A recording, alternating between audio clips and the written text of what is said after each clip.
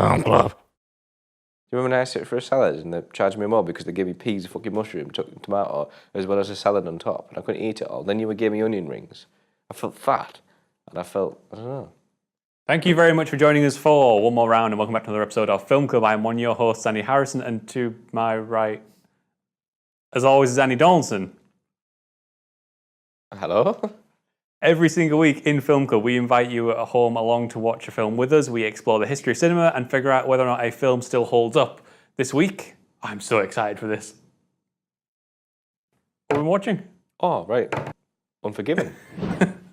I'm so excited for this. Why? I'd never seen Unforgiven before. Oh, right. So before we get into that, give us the rundown. What's Unforgiven about for the people at home? Unforgiven is the story of a retired assassin who comes out of retirement to do one last job to support his family, meets up with his friend who is his old assassin partner. They meet the kid who employs them, so they go trips on a guy who mutilated a prostitute, goes into town and ends up having a quarrel with the local sheriff. Oh, a quarrel. It's a fucking good film. Yeah. It's amazing. Yeah. It's so good. Like, I'm so happy that I've now seen this. Yeah. It's a little odd. That is so distracting. It's a little odd having not seen much of Clint Eastwood's other, like the rest of his catalogue, and not seeing a great deal, I'd say, of Westerns. Westerns probably like this one where I've got a big gap in like my knowledge of cinema. It's a bit weird doing that because this is like a reflection on what a Western is, and it's almost like a look back at Westerns, and it's almost his attempt to close the book and close a chapter on. There was so many Westerns that came out, wasn't there? And Clint Eastwood starred in many. Yeah. I assume it was the point that Clint Eastwood didn't necessarily want to be typecast as the anti-hero assassin of the Western sort of thing, or the anti-hero Western kind of guy who walks into a town who nobody knows him. He kind of closed the doors on all that, and all those kind of moments. And you don't really see many Western films nowadays. Something I was thinking about. We did touch upon this when we did Django Unchained, how it was... how it was a kind of a Western of its own kind. Yeah. You got other ones. Tarantino went on to do Magnificent Seven, Hateful Eight. Hateful Eight. Why I was getting too confused. But yeah, you see these films. You see these ones that are coming out recently. There was another one that was on top of my head. It'll come back to me later on. You don't really see it nowadays. You see a couple of. I think it was like one of these films that had a little trip. That was it. Back to the Future 3. Back to the Future 3. Back to the Future 3. Even that was like what, late 90s? Yeah. So it's like, you see these little glimpses of Western in it, and this was 1992 Unforgiven, and it's like you said, it's like closing the door with a formidable farewell. Yeah, and he uses all that stuff that came before. Yes. He uses the fact that you see Clint Eastwood, and you see Clint Eastwood especially when he's dressed, in the stuff he's dressed in, and you associate him with all that stuff that came before, like the Sergio Leone stuff that he did. You associate him as that type of character, so like you don't necessarily need his backstory because you see him and he fits that role so well. He's played it so many times over. He just knows it inside out. That he can just suggest the backstory to us, and we totally get it. And he can start making comments instead on the effect that has and where that character is at towards maybe not the end of his life, the middle. Well, that's it, isn't it? It's really interesting to see how the actual characters are part of this. Eulogy, isn't it? Almost. Eulogy. Okay, gotcha. That threw me for a second. I was like, what the fuck's a eulogy? Yeah, I'll pronounce it how I want. No, but you see the character in the way he, like you said, he's a retired assassin, much like Eastwood's retiring from the Western scene. It's quite interesting to see, as you're saying, how outside the actual, the production part of it, inside the creative part of the actual story, the plot, you see this same thing happen. Yeah. But yeah, you're right. There's, like, you can tell what he's doing is telling something about the filmmaking technique that he's done. And like, I guess the filmmaking world he grew up in as well, I guess, because obviously he started relatively young and being cast in Westerns and grew through to a point where the Westerns almost become... Clint Eastwood. Yeah, and then after that, after like he'd established the Western as being like tied to his own name, the Western died out. Just like this is purposefully set at a time where gunslingers aren't really a thing anymore. There's like they're kind of around, but a lot of them have started to grow up. They're started to grow old. They've moved on. Now, like what's the guy called the young lad who tries to rope him into him anyway? He gives himself his own nickname. Kid. He's just called the Kid. The something Kid. It's called the something. It's about the guns, isn't it? Schofield kid. The Schofield kid. He's named himself because like it used to be when the Western, like the Wild West was really the Wild West, people would give each other names. Little Bill. English Little Bob. Bill, English Bob. Like with these names were gifted to them. He had to make up his own. Yeah. Like there's gunslingers now are rare to the point where what's his name? The guy who's following around English Bob. He's like a reporter writing a book about stuff. And he finds those people fascinating because there's not so many of them around anymore in that kind of classic gritty nature. He's quite deep, isn't it, into all this? It is. But it's deep while being relatively simplistic in its delivery. That's what makes this film brilliant. Well played. Now you see where Clint Eastwood's gone. You could say that he's what's the word, typecast this one particular character. Yes, he might not have much width about his performance. Nothing to say about Clint Eastwood's performance. I think it's fucking fantastic. But what I'm saying is, you can't see him maybe do like a comedy role or maybe play a villain as such. He doesn't necessarily do that. He's always been that kind of anti-hero person. Directed a few comedies, didn't he? Fuck off, really. If we do it, we need to see them. Are you kidding me? Really? Yeah, let me think. Okay, please do, because that'd be amazing. Anyway, you see where Clint Eastwood was gone in his career. He started off these westerns. He did this, and then he's gone to do stuff like I don't know if you ever did Dirty Harry, but he did something like Gran Torino, and Gran Torino is superb. Arguably, you could say it's a similar kind of premise, but on a whole different kind of setting. It's in modern day, and you see the way he's projected himself and just stayed in the industry. It's a testament to Clint Eastwood, this whole film. Not just the Western genre, but Clint Eastwood. What a great guy. The way he directs and just his performance is exceptional. But, whilst on performance, I know you're still heavily looking into your thing. Oh, I've found one, Every Which Way But Loose. I haven't seen it. We'll have to watch that because I didn't know that. That'd be fantastic. I'm sure if, I'll look this up afterwards. Maybe in a couple of weeks we'll do some on Film Club because I'm sure he's done some comedies in his directing repertoire. Well, Sorry, carry on. that's new to me, so I'd love to see that. Now, moving on from Clint Eastwood, is just brilliant. I'm sure we'll touch back on how amazing he is. But you can't deny the other performances of this film. No, so good. So let's touch upon the first lad, Morgan Freeman. Great. Again, going into this, knew it was Clint Eastwood, didn't know Morgan Freeman was in it. Aye. Turns up, and then I'm like, oh, it's cool. Like, Morgan Freeman, not only is a good role, like, he's setting in nice kind of like chemistry between him and Clint Eastwood. I assumed he was then going to like set off on his own. Nope. Morgan Freeman's along for the ride. Sticks it. And it's not just like he's the sidekick who helps him. He has his own backstory to go through it all. Yep. He has his own way. And the perfect example of this, I'm sure you'll put it down there, is when they're killing the first guy, they assassinate the first guy. Oh, God, he goes to do it, and he just realises he can't do it. There's an absolutely sensational shot where Clint Eastwood's aiming. They've got the kid behind Eastwood going, have you shot him? And you just look at Freeman throughout the whole film, and he's subtle because the camera's focused on Eastwood, but he steals the scene. Yep. Morgan Freeman steals the scene with the way he's just looking around in disbelief that he can't do it anymore. I love that for a while as well, because he's holding that shot, he's on like going, you can't figure out, well, at least I couldn't figure out if he could take the shot and he's distracted by the kid talking. Oh, God, yeah. And like, or maybe he's waiting for the right moment, maybe you think like something else is going on, and then he kind of pulls away from the gun and you see his reaction. Yeah. And it settles in, And it's really good. And I like to go on this, there's a huge amount of time. We'll go into this sec. There's a huge amount of time when Freeman's looking down the gun to just faces Eastwood and says, I can't do this. That length of time makes that scene, which I'd like to move on to after we go on about this one stunning performance, which is Gene Hackman. Gene Hackman, oh my God. Didn't realize it was Gene Hackman at first. Yeah. And then lovely kind of dichotomy between being this like horrendously horrible guy. Yeah. But then also has a charm about him at times. Like, oh, well, that's Gene Hackman, isn't it, really? For the first like half, I'm like, are you like the villain of this piece, or are you actually like going to be someone else who hunts down? Obviously, he's playing a little bit of the trope of the corrupt sheriff. But oh my God, does he nail it? When I first watched this film, I was explaining to our mate, Mike. I was explaining when I was living at Mum's house. Sat down, and they used to watch the TV. I mean, I don't have a TV at the moment, so I'm quite, the whole TV experience is... Too hipster for TV, yeah. Okay. Anyway, so we sat down and were watching stuff, and we're getting to bed. We've had a few glasses of wine and that.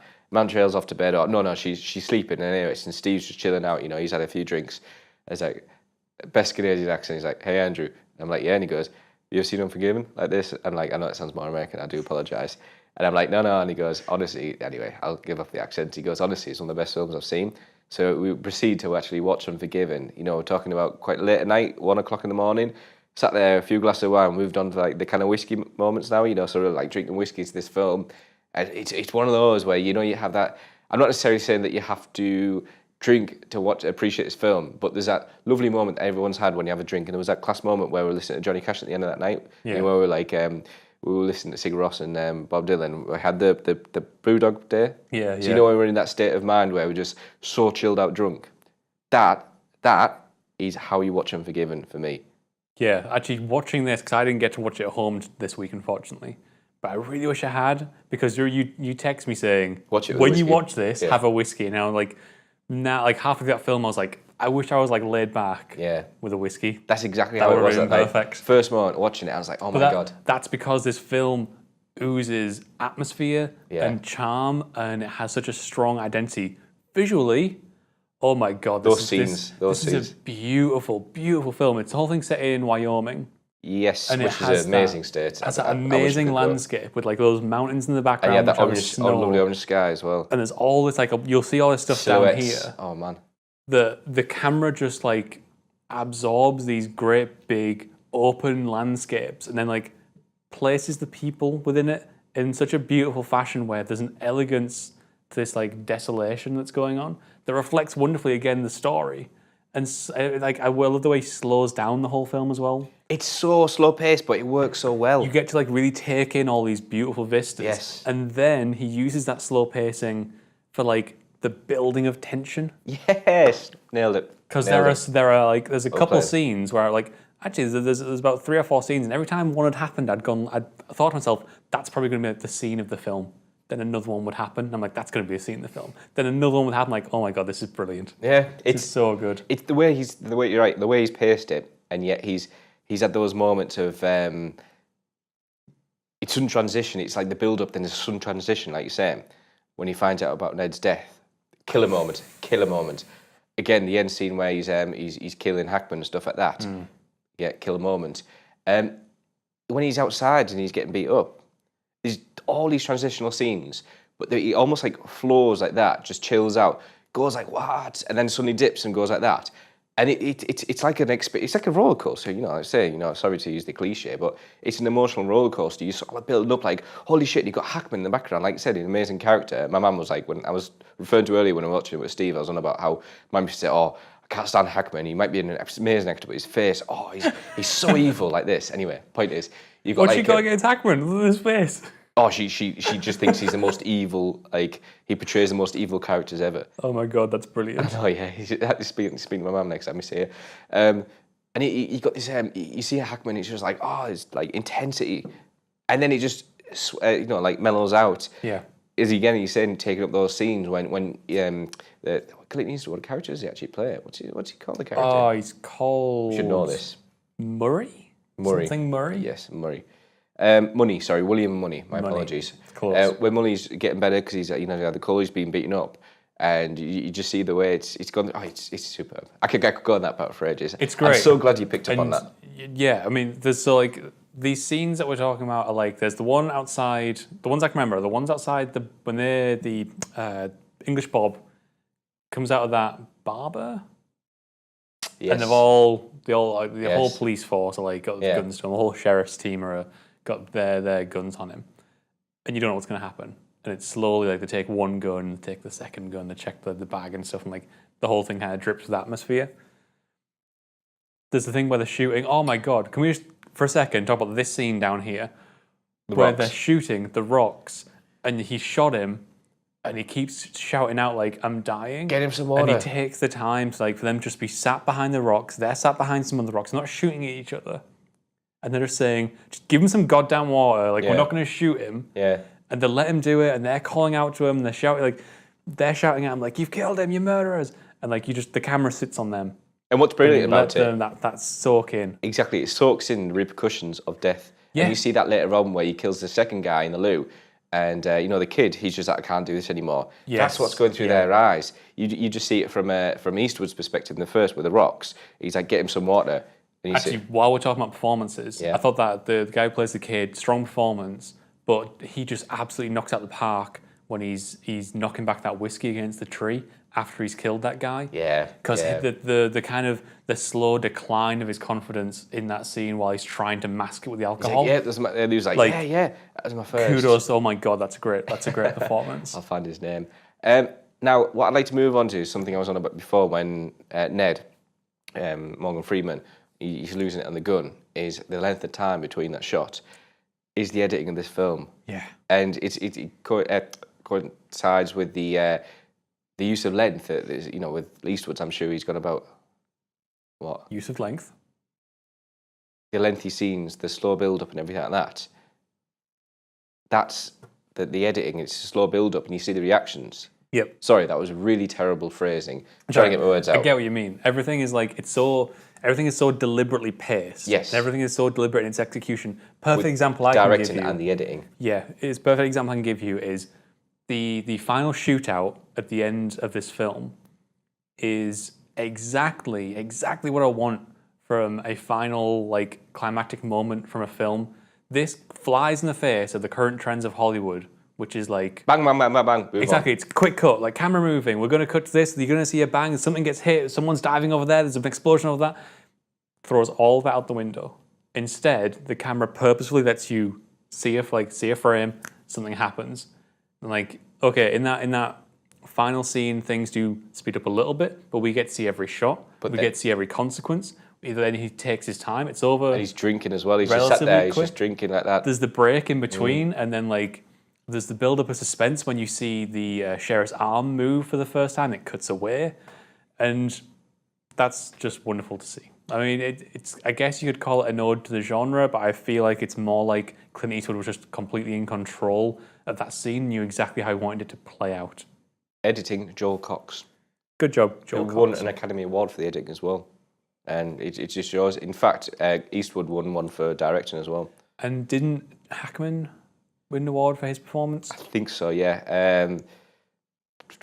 Yes. So, which well deserved. The kid was played by, bastard, I had it there, James Woolvett. Cool. Well played. I couldn't tell you anything else to be in, but I just think this is a fantastic film, and like you said, it gives a great ending to the Western trilogy, a great ending and a new potential start to Eastwood and his, the way he's going into modern kind of scenarios nowadays. I say modern scenarios, it's just the end of his kind of Western era. And I don't know, I just think it's such a lovely pace. Odd question, you might know the answer to this, I don't. Was this Eastwood's last Western? I think it was, I'm pretty sure because I was looking into this myself and I can't confirm for sure. But I'm pretty sure it was. He states, I think I read in Wiki or something when I was looking through the characters, he states that he's now retiring from the Western genre. Whether or not he actually did something after, I don't know. But as far as I'm aware, this is. I'll look into it, because if it is his final Western, what a great send-off, like a really great send-off. So you can let us know what you thought of Unforgiven down in the comments below, or you can hit us up on Twitter. We'll be back once again next week for another episode of Film Club where we'll be watching... I've got to read this out because I haven't seen this film again and I can't remember how to say it. Glengarry Glen Ross. Be prepared for some exceptional performances. Thank you very much for joining us, guys. We'll see you all next week. What even is that? Your mum.